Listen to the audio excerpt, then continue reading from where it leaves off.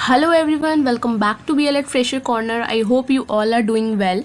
अगर आपने मेरी प्रीवियस वीडियोस देखी है देन यू ऑलरेडी नो कि हम contemporary India, child development, nature of language, core mathematics, core natural science, core social science and performing and fine arts theatre का complete syllabus discussion कर चुके हैं। अगर आपने वो वीडियोस मिस कर दी है, डोंट वरी, उन सब की लिंक्स आपको डिस्क्रिप्शन बॉक्स में मिल जाएगी। In today's video we are going to discuss the complete syllabus of craft for BLED first year. Now बहुत से स्टूडेंट्स सोचते हैं कि क्राफ्ट सिर्फ ड्राइंग या डेकोरेशन का सब्जेक्ट है, but actually this course is much more than that. ये सब्जेक्ट स्पेशली फ्यूचर टीचर्स के लिए डिज़ाइन किया गया है। इसमें आप सिर्फ डिफरेंट क्राफ्ट टेक्निक्स ही नहीं सीखते, बल्कि ये भी समझते हैं कि क्रिएटिव एक्टिविटीज़ और टीचर लर्निंग मटेरियल्स के थ्रू क्लासरूम लर्निंग को और इंटरेस्टिंग और इफेक्टिव कैसे बनाया जा सकता है। सो आज के वीडियो में हम क्राफ्ट का complete syllabus step by step discuss करेंगे। हम student contact hour, marking scheme, course objective, workshop based learning, different craft activities, assessment pattern और इस सब्जेक्ट का क्लासरूम टीचिंग से क्या रिलेशन है उसको डिटेल में समझेंगे। So without wasting any time let's get started. सबसे पहले बेसिक कोर्स डिटेल्स देखते हैं। इस कोर्स के लिए स्टूडेंट कॉन्टैक्ट्स R30 हैं, इसके मार्क्स 25 हैं, इंटरनल असेसमेंट के 25 हैं, यानी इस प्रैक्टिकम के लिए टोटल 30 कॉन्टैक्ट अलॉटेड हैं। और इस सब्जेक्ट का सबसे इम्पॉर्टेंट पॉइंट ये है कि इसमें सेम एज थिएटर इसमें कोई एनुअल रिटर्न एग्ज़ाम नहीं होता। पूरे 25 मार्क्स इंटरनल असेसमेंट के होते हैं, इसलिए रेगुलर अटेंडेंस, वर्कशॉप्स में पार्टिसिपेशन और प्रैक्टिकल वर्क को लाइटली बिल्कुल मत लीजिए। अब देखते हैं हैंडबुक इस कोर्स के बारे में क्या कहती है। क्राफ्ट का मेन ऑब्जेक्टिव सिर्फ स्टूडेंट्स को ड्राइंग या डेकोरेशन सिखाना नहीं है। The purpose of this course is to develop creativity, imagination and aesthetic understanding. तो क्राफ्ट का मेन ऑब्जेक्टिव ये है कि फ्यूचर टीचर्स को प्रिपेयर करता है ये, ताकि वो क्लासरूम में सिंपल और लो कॉस्ट मटेरियल्स का यूज़ करके interesting teaching learning experiences create कर सकें। तो इस कोर्स के थ्रू आप ऑब्जर्व करना, प्लान करना, डिज़ाइन बनाना और अपने आइडियाज़ को प्रैक्टिकल फॉर्म देना सीखते हैं। साथ ही ये भी समझते हैं कि चिल्ड्रन सबसे अच्छा तब लर्न करते हैं जब उन्हें खुद क्रिएट करना और एक्सप्लोर करने की अपॉर्चुनिटी मिलती है। जैसे थिएटर एक प्रैक्टिकल पेपर था, वैसे ही क्राफ्ट भी कम्प्लीटली एक्टिविटी बेस्ड प्रैक्टिकम है। इस सब्जेक्ट में ट्रेडिशनल क्लासरूम लेक्चर्स बहुत कम होते हैं, ज़्यादा फोकस वर्कशॉप पे होता है, जहाँ स्टूडेंट्स खुद डिफरेंट क्राफ्ट टेक्निक सीखते हैं और प्रैक्टिकल एक्टिविटीज़ परफॉर्म करते हैं। कभी इंडिविजुअल वर्क होता है, कभी ग्रुप एक्टिविटीज़ होती हैं। टीचर्स सिर्फ फाइनल प्रोडक्ट को नहीं देखते, बल्कि ये भी ऑब्जर्व करते हैं कि आप प्लानिंग कैसे करते हैं, मटेरियल्स का यूज़ कैसे करते हैं और एक्टिविटी के दौरान कितनी एक्टिवली आप पार्टिसिपेट करते हैं।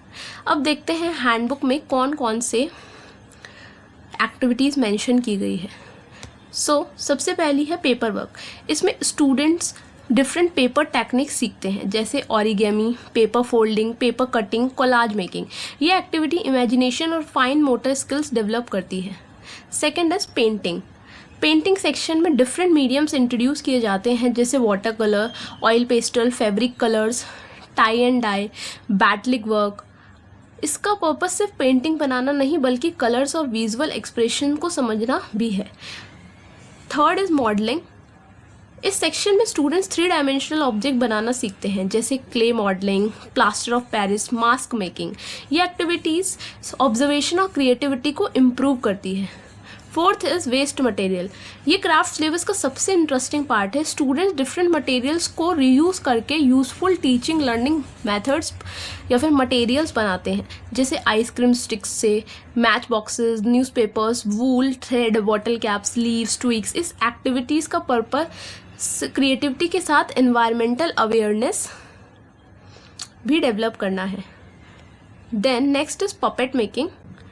इसमें पेपर पपेट्स और क्लॉथ पपेट्स बनाना सिखाया जाता है। फ्यूचर्स क्लासरूम में पपेट्स स्टोरी टेलिंग और लैंग्वेज टीचिंग के लिए बहुत यूजफुल होते हैं। Next is paper mache. Paper pulp की हेल्प से मास्क और डेकोरेटिव ऑब्जेक्ट्स बनाना भी सिलेबस का पार्ट है।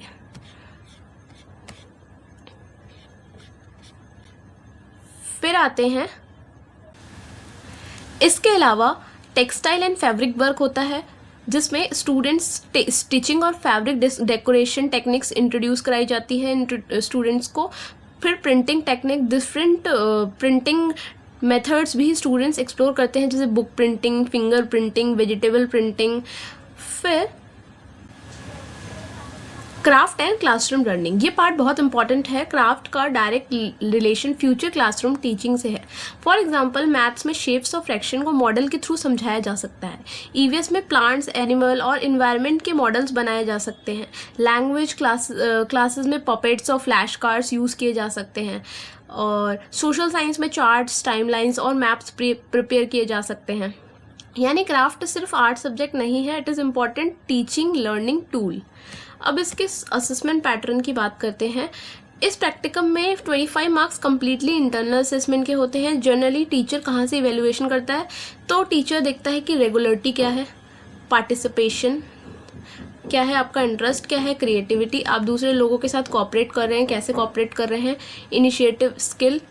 इनिशिएटिव आप ले रहे हैं, ओवरऑल परफॉर्मेंस। इसलिए वर्कशॉप्स में एक्टिवली पार्टिसिपेट करना और एक्टिविटीज़ को सिंसियरली कंप्लीट करना बहुत इंपॉर्टेंट होता है। अगर मैं क्राफ्ट को एक सेंटेंस में समराइज करूं, this course is not about becoming an artist, it is about becoming a creative teacher. ये सब्जेक्ट आपको सिखाता है कि लिमिटेड रिसोर्सेज के साथ भी इफेक्टिव लर्निंग मटेरियल्स कैसे बनाए जा सकते हैं, और क्लासरूम को एक्टिविटी बेस्ड और टीचर सेंटर्ड या चाइल्ड सेंटर्ड कैसे बनाया जा सकता है।